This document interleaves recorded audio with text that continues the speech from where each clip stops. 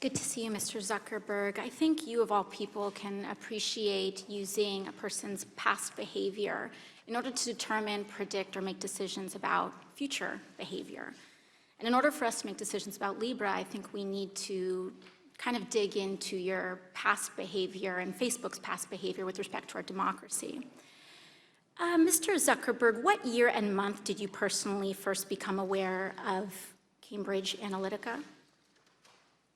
I'm not sure of the exact time, but it was probably around the time when it became public. I think it was around March of 2018. I could be wrong, though. Mm-hmm. When did Facebook COO Sheryl Sandberg become aware of Cambridge Analytica? I don't know off the top of my head. You don't know. Did anyone on your leadership team know about Cambridge Analytica prior to the initial report by The Guardian on December 11th, 2015? Congresswoman, I believe so, and that some folks were tracking it internally.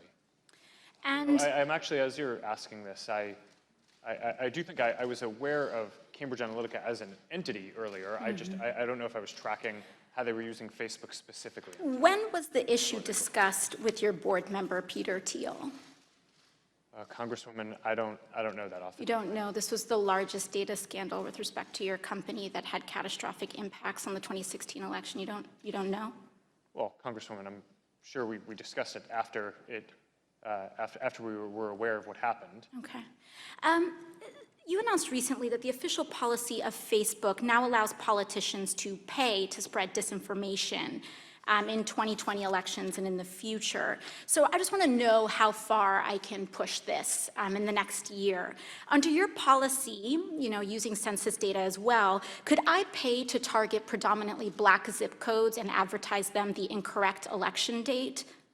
No, Congresswoman, you couldn't. We have, even for these policies around the newsworthiness of content that politicians say and the general principle that I believe that. But you said you're not going to fact check my ads. We have, if anyone, including a politician, is saying things that can cause, that is calling for violence or could risk imminent physical harm or voter or census suppression when we roll out the census suppression policy, we will take that content down. So you will, there is some threshold where you will fact check political advertisements. Is that what you're telling me? Well, Congresswoman, yes, for specific things like that, where there's imminent risk of harm. Could I run ads targeting Republicans in primaries saying that they voted for the Green New Deal?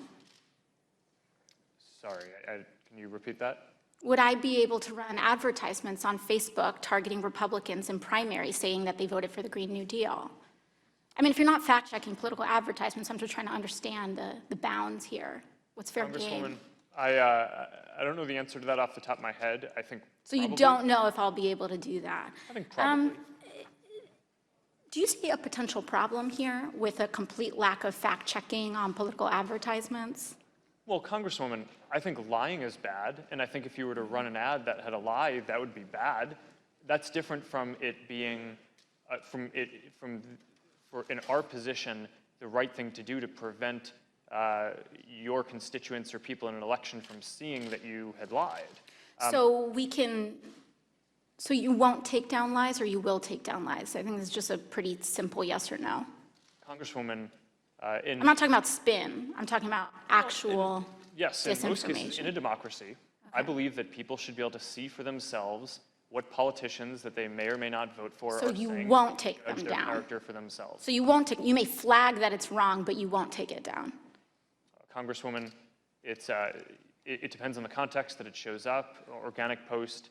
Ads, right. the treatment is a little bit different. One more question. In your ongoing dinner parties with far-right figures, some of who advance the conspiracy theory that white supremacy is a hoax, did you discuss so-called social media bias against conservatives, and do you believe there is a bias? Congresswoman, so I don't remember everything that was in the question. That's all right, I'll move on. Can you explain why you've named the Daily Caller, a publication well-documented with ties to white supremacists, as an official fact checker for Facebook? Congresswoman, sure. We actually don't appoint the independent fact checkers. They go through an independent organization called the Independent Fact Checking Network that has a rigorous standard for who they allow to serve as a fact checker. So you would say that white supremacist-tied publications meet a rigorous standard for fact-checking? Thank you. Congresswoman, I would say that we're not the one assessing that standard. The International Fact-Checking Network is the one who is setting that.